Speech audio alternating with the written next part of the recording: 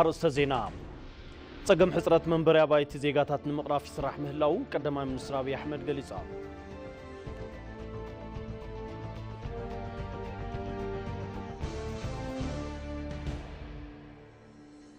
مبل عصر شمونت معلتي بهراو صندوق علامة قصال سوني سلسة تقمتي كل تشحن عصر شمونت نعم تمرت ببركي هاجر كخبريو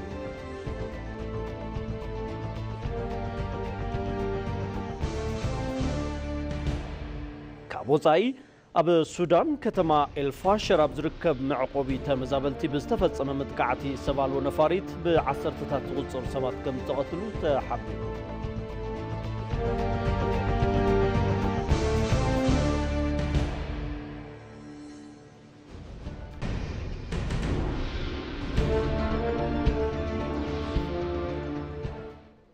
على سنبت كلت تقمتي كلت تشحن عصر شمونتنا عم تمدت قطر ساعات شعته نباخم زحرنا يوم عد زينا اي تي بي تغنيا حيزنا لكم قريبنا لنا كما يتوعلو كبرات تملكتي مزيناتات جيتاچو الله مسخم كصنحي سنا مكتال كونلكم تمنيتنا يو فلما حصت زيناتات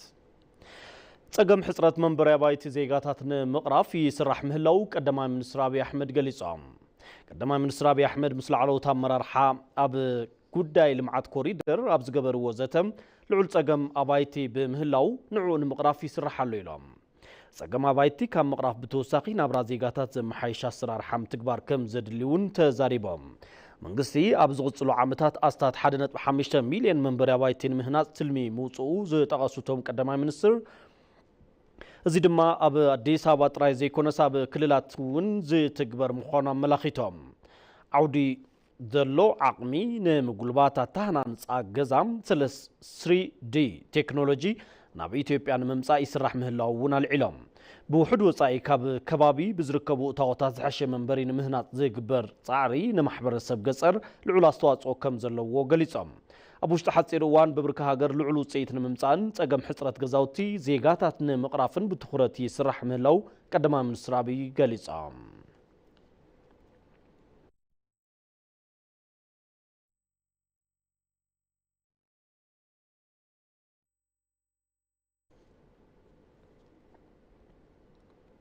ድሌት ህዝቢን መምላእታዊ በግቦም ካብ ግዘ ዘይወሃቦ ጉዳዩ ክብሉ ኣይታደም ፋራህ ገሊጻም መካብ እቶቱ ጽይታው ብዙኾነ መልክዑ ምምራሕ ኩለ መዳያው ብልጽግና በመቅልጣፍ ጽንኩር ሃገር ናይ ምህናጽ ሕልምና ንምዕዋት ወሳኒዩ ክብሉ ብምክትል ቀዳማይ ሚኒስትር ማዕረግ ሓላፊ ማእኸል መተሓበሪ ህንጸት ስርዓት ዲሞክራሲን ምክትል ፕሬዝዳንት ፓርቲ ብልጽግናን ኣደም ፋራህ ሓቢሮም ናበዩ ዝኸዱ ጠለባት ህዝቢን መምላእታው በግቦም ካብ ግዘ ዘይህብ ገዛዕዮ ኢሎም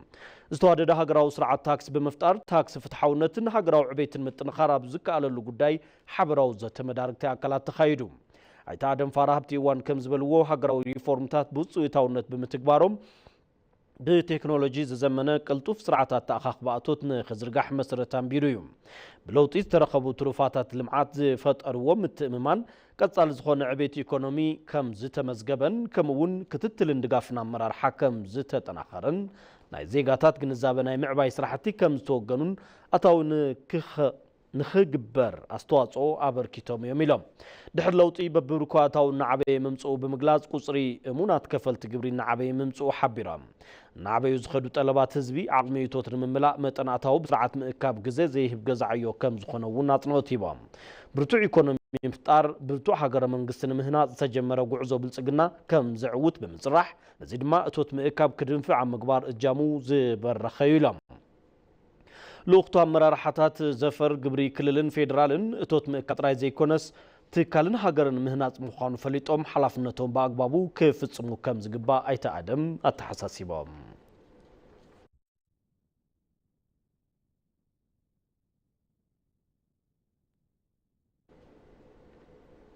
ሕርሻ ኩታ ገጠም ምህርትያ ምድንፋዕ ልዑል እጃም እንዳተጻወተ ምዃኑ ሚኒስትር ሕርሻ አዲሱ አረጋ ገሊጾም ሚኒስትር ሕርሻ አዲሱ አረጋ ሓዊሱ ላዕለዎት ሓለፍቲ ስራሕ መንግስቲ ኣብ ክልል ማእከላዊ ኢትዮጵያ ዞባ ጉራጌ ፍሉይ ወረዳ ቀቤና ብኩታ ገጠም ዝለምዕ ዘሎ ልምዓት ሕርሻ ዕፉንን ጣፍን ተዓዚቦም ኣብ ናይ ሎም ዘበን ሕርሻ ልዕሊ 20 ሚልዮን ሄክታር መሬት ብዝተፈላለየ ዝራእቲ ተሸፊኑ እዩ ዝበሉ እቶም ሚኒስትር ሕርሻ ካብ ውሽጢ እዚ እቲ 12.3 ሚልዮን ሄክታር መሬት ብክላስተር ኩታ ገጠም ዝለምዕ ምዃኑ ሓቢሮም ልምዓት ክላስተር ኩታ ገጠም መፍራይነት ሕርሻ ሃገር ልዕል 30 ሚእታው ከዓቢ ከም ዝገበረውን ኣይታ አዲሱ አረጋም አረዲኦም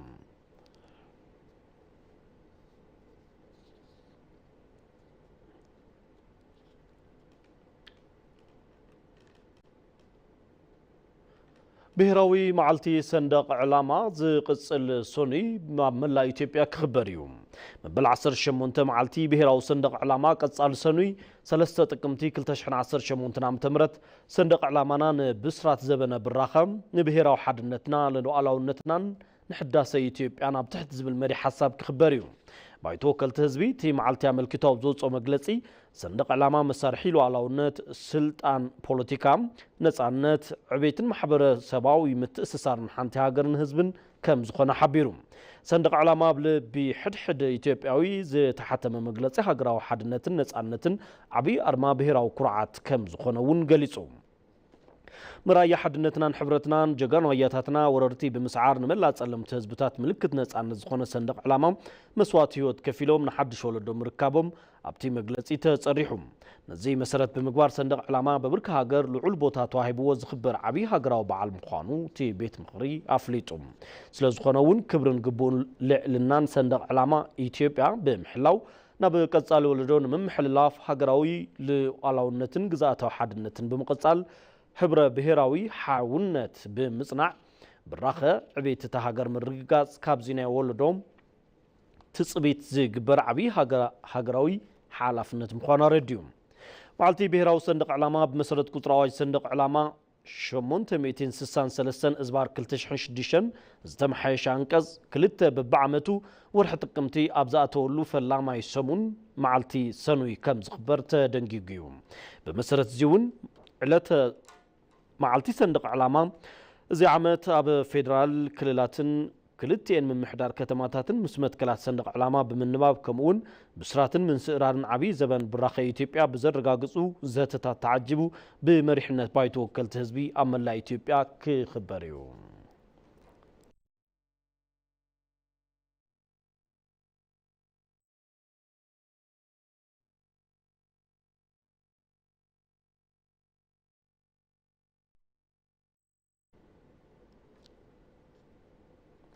መረፃ ላዕለዋይ ቤት ምኽሪ ጉዳያት እስልምና ኢትዮጵያ ብዕውት ኩነታት ንክዛዘም ኣስተዋጽኦ ንዘበርከቱ መዳርግቲ ኣካላት መርሃ ግብሪ ኣፍልጦን ሽልማትን ተሳሊጡ ሼክ ሓጂ ኢብራሂም ቱፋ ኣብቲ እዋን ኣብ ዘመሓላልፍዎ መልእኽቲ ታሪኻዊ ዝኾነ መረፃ ሰላማውን ፍትሓውን ኮይኑ ንክካየድ መንግስቲ ንዝገበሩ ሓገዝ ምስግና ኣቕሪቦም ኣብቲ መርሃ ግብሪ ፕሬዝደንት ላዕለዋይ ቤት ምኽሪ ጉዳያት እስልምና ኢትዮጵያ ሼክ ሓጂ ኢብራሂም ቱፋ ሓዊሱ ኣባላት ኣፈጻሚ ቦርድ መረፃ ኣመራርሓት ላዕለዋይ ቤት ምኽሪን ዑለማታትን ተረኺቦም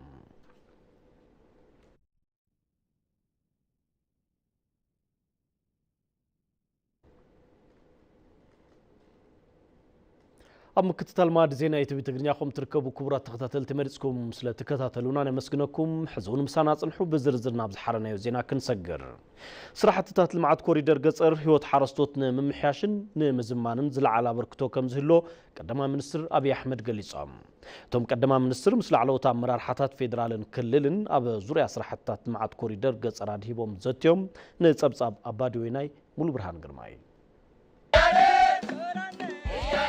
ቀዳማይ ሚኒስትር ዶክተር አብይ አሕመድ ኣብ ዞባታት ሃላባን ከምባታን ዝተሃነጹ ሞዴል መንደራት ገጠር ንነበር ተረኪቦም ብተመሳሳሊ እውን ኣብ ዞባታት ሃዲያን ስልጤን ዝተሃነጹ መንደራት ንተረባሕቲ ኣረኪቦም እዮም እዞም በዓል ሰለስተ መደቀሲ መንበር ኣባይቲ ይኹን መሰረተ ልምዓት ዘማልኡን ውሕስና ምግቢ ዘረጋግጹ ምህርታት ክልትን ፍረመረን ዘካተቱ ምዃኖም ተገሊጹ እዩ ኣብዚ እዋን እዚ ቀዳማይ ሚኒስትር አብይ አሕመድ ምስ ኣመራርሓታት ፌደራልን ክልልን ኣብ ዙርያ ስራሕቲ ኮሪደር ገጠር ዘተሳሊጦም እዮም እቶም ቀዳማይ ሚኒስትር ስራሕቲ ልምዓት ኮሪደር ገጠር ኣብ ከባቢ ገጠር ንዝነብሩ ዜጋታት ህይወትን መምሕያሽ ዝለዓለ አበርክቶ ከም ዝህሎ ገሊጾም እዮም ባየነው ነገር ከፍተኛ ደስታ ተሰምቶናል አስደማሚ ስራ ስለሆነ የእያንዳንዱ የአርሶ አደር ህይወት በዚህ ደረጃ بزرعنا يسرح زل على حقوس تسمعنا أيو بتعمي زدنا سرح سلزغنا هو تحد حرستوت بازي بركزي مقيار تتخيلو ببوزح ملكع إن العلوم تقاماتنا نمقيار حقزنايو نابنت أبي تيبيا مغنجار اللويم إلنا نزاربينا أبزوم غازاتات جنا أخول بروتين يزولو انقاقحو معار سقا دورهو فرامرلو نسالات أحويسو بركت زبولو مهرتتات ألو نزيوم مهرتتات بوليعو زعب دما كغنجر يخلن أبوشت قدنا نزيوم مهرتتات حز حرستاي أي تأمن جمرة سراح بتعمي زدنق زنا عدنيم نزو سراح زي كمي مسفحن معبايني كال نزب القداي زتن قربناتن يحاتتيوم رسم محدار كل المأخلة إثيوبيا عند الشوط عصو بوغنوم عبسرح التكوريدر قد أرستانت وعبايتي نحرستوت بركز بلو قلقالوت زهبو مخانوم قليز أميوم የገጠር ኮሪደርም ሲሰራ ቤዚክ ኮምፖነንት የሚባለው ወይ መሰረታዊ በተጠቃለውበታል ኮሪደር ገጠር እንትስራሕ መሰረታዊ ዝኾኑ ጉዳያት ሓቂፉ ንክሕዝ ተገይሩ እዩ ሳሎን ሰለስተ ቤት መደቀሲ ስቶር ዘለዎን ክኾን ተገይሩ እዩ ተሰሪሑ ናብዑር እውን ፅሬቱ ዝሓለወ መሕደሪ ተሰሪሑሎም እዩ ናብ ካልእ ወፃኢ ዓዲ እንትንኸይድ ንሪኦ ፕላን ገጠር ኣብ ዓድና እውን ተግባራዊ ምዃን ብጣዕሚ ዘኹርዕ ተግባር እዩ ሚኒስተር ስራሕን ክእለትን ዝኾና ሙፈርያት ካሚል ቦገንን እዞም ሞዴል መንደራት ገጠር መጻኢ ህይወት ሓረስቶት ዝቕይሩ ምዃኖም ገሊፀን እየን ያየነውን የገጠር አንቱ ዝራናዮም ፕሮግራም መማሐሽ ህይወት ማህበረሰብ ገጠር እታ ናይ ጽባሕ ኢትዮጵያ ይዘርኤኒ ሓደ ፕሮጀክት አይኮነን ናይ ዝኾነ መንደር ህይወት ናይ መቀየር ተግባሩን አይኮነን ኢትዮጵያ ጽባሕ ዜጋታታ ዝህሎም ለውጥ መነባብሩ እዩ ቦገን ይዘርኤኒ ኣብዛ ሓጸረ እዋን ዝተሰርሐውን እዩ በጣም ባጠረ ጊዜ የተሰራ ነው አማኻሪ ጉዳይ መብራቅ አፍሪካ ቀዳማይ ሚኒስተር ዝኾኑ አይተ ጌታቸው ረዳ ቦገኖም ኣብ ህንጸት ሞዴል መንደራት ገጠር ዝተራእየ ለውጥ አረአያ ዝሓሸን ምስራሕ ዘላዓል ምዃኑ ገሊጾም እዮም ሀገር እንደ ሀገር እንድትቀየር በሚደረገው ጥረት የሚጀመሩ ፕሮጀክቶች ኮስታቸው ምንም ይሁን ምን የወሰዱት ጊዜ ምንም ይሁን ምን ሃገር ከም ሃገር ንክትቀየር ኣብ ዝግበር ጻዕሪ ዝተጀመሩ ፕሮጀክትታት በጀቶም ምንም ይኹን ምንም ዝወስድዎ እዋንውን ምንም ይኹን ምንም ምስተዛዘሙ ዘርእይዎ ለውጥ እዩ ሃገር ዘልምዕ ለካስ ከምዝውን ምግባር ይከኣል እዩ ዝብል ኣረኣያ ኣብ መንጎ ሕብረተሰብ ዝፈጥር ስለዝኾነ ውፅኢቱ ጽቡቕ እዩ ነዚ ዝረኣየ ሓላፍነት ወሲዱ ከምዚኦም ዝኣመሰሉ ስራሕትታት ምስራሕ ይኽእል እዩ ብሃገር ዘይኮርዕ የለን ሞዴል ህንጸት መንደራት ገጠርና ብልጽግና ዝወስዱ ስራሕትታት ምዃኖም ዝገለጹ ድማ ዋና ዳይሬክተር ግልጋሎት ብሔራዊ መረዳእታን ድሕንነትን ዝኾኑ አምባሳደር ሬድዋን ሁሴን እዮም ይሄ ለውጥ የሚያሳየን ያለው ግን አንድ የተሟላ ብልጽግና ማለት ምን የያዘ ሲሆን ነው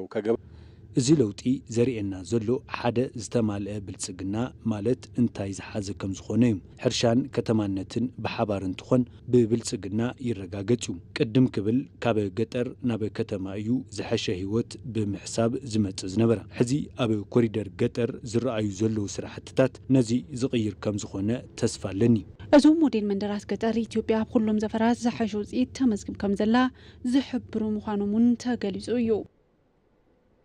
أموداتا زينو تاي أب السودان كتما الفاشر بزركب معقوب تمزابلتي بزتفصم متقعتي سب ألبو نفاريت بعصرتات تغصر سبات كم سقتلو تحبيرو بزيغاتاتن تحلقتن زقوم كوميتي تقاوم الفاشر عطقات دعم على السريع RSF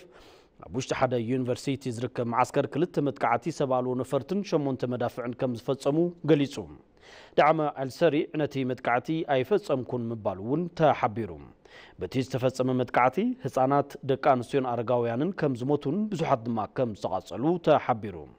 መርበብ ሓካይም ሱዳን በቲ ሰባሉ ነፋሪት ተፈጽመ መትቃዕቲ 17 ህፃናት ዝርከብዎም 57 ሰባት ክሞቱን ከለው 17 ድማ ቆሲሎም ኢሉ ተሓለቕቲውን ብውሕዱ 67 ከም ዝተቐተሉ ገሊጾም حيلتات دعم على السريع نتا أب زوبا دارفور تركب نايموداتا عردي سراوت سودان نمكوز صارا بزقبرو فتنم نزحلفو 10 شوعة توارح ن الفاشر كبيبو موا يركبو كبل صاب BBC أملاقيتو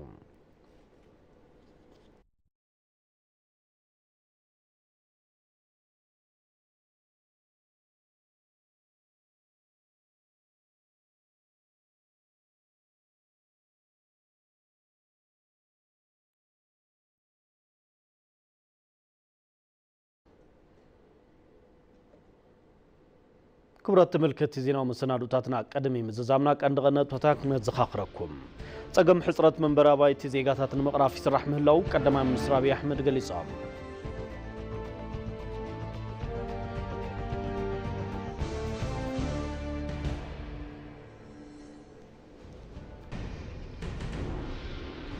مبل 18 معلتي بهراو صندوق علامة قصال سنوي 3 ጥቅምቲ 2018 ዓ.ም ببرك هاجر كخبريو